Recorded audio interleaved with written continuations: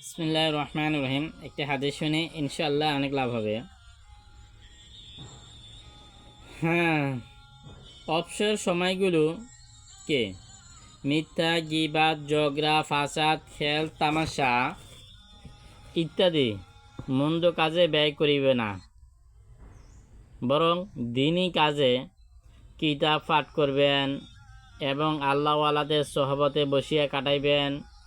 ইহাতে আল্লাহ ও আল্লাহ রাসূলের কথা জানা যাইবে। বিশেষ করিয়া তাবলীগের দিনগুলো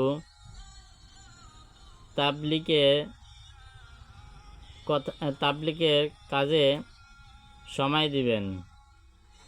সব সময় আল্লাহর স্মরণে, জিকিরে ফিকিরে ও দুরূদ ইস্তেগফার এবং নিজের শিখানো কাজে ব্যয় করিবেন। এই জন্য আল্লাহ তাআলা যে কথাগুলো শুনলাম, এরপর আল্লাহ তাআলা আমল করার তৌফিক দান করুক। আমিন। ওয়া আখিরু দাওয়ানা আলহামদুলিল্লাহি রাব্বিল আলামিন।